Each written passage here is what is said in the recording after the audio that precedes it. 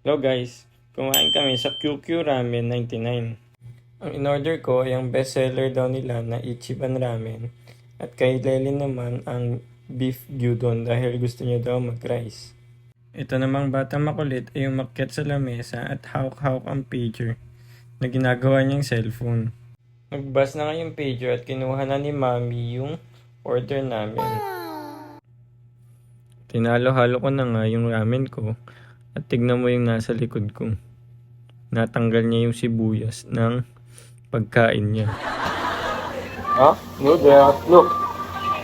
Wow, nice.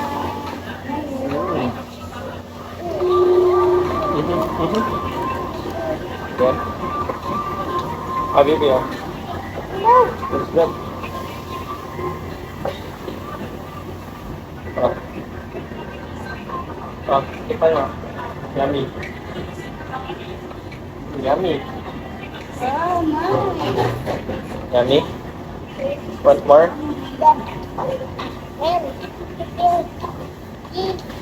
You don't know how to use this.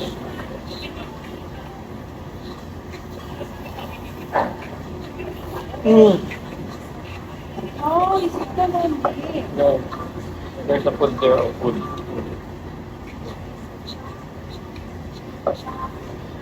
One only, one.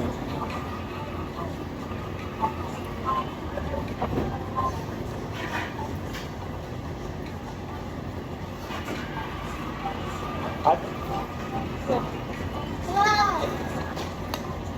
Hot naman ang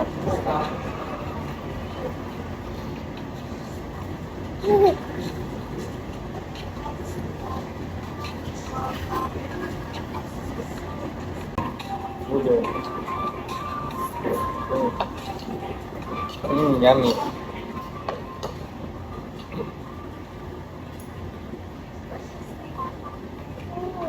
Want more? Or want more? Oh. Ah. Ay, blow mo na ni Daddy. So, blow mo. Ah.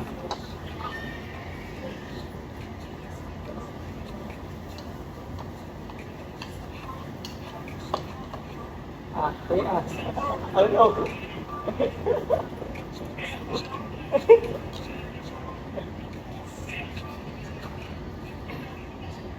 Tapos maya-maya nga, may nanghihingi na sa gilid ko. Enough.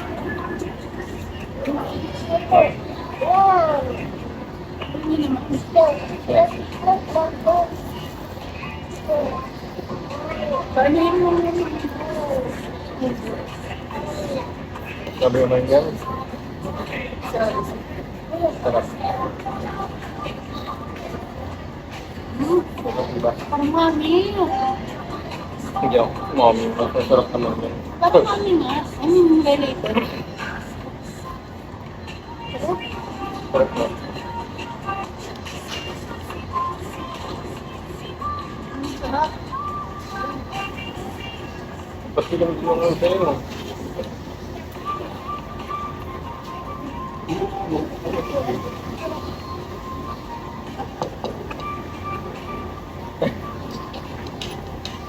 Ay, nahalo mo.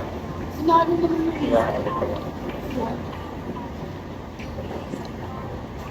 Siguro Japanese talaga kasi may hindi kang maghalo yun. Sarap doon. Yan, sarap siya sa ramen ko. Tignan nyo, nasarapan masyado at hinila pa yung ramen ko. Ngiting tagumpay siya eh. Tignan nyo, hindi pa nga siya nakontento. Sumandok pa ng sumandok sa ramen ko. Palagi naming nadadaanan itong QQ Ramen pero hindi namin alam na ganito pala kasarap ang ramen dito. Kaya kung may QQ Ramen sa inyo, huwag ka nang magdalawang isip na kumain dito.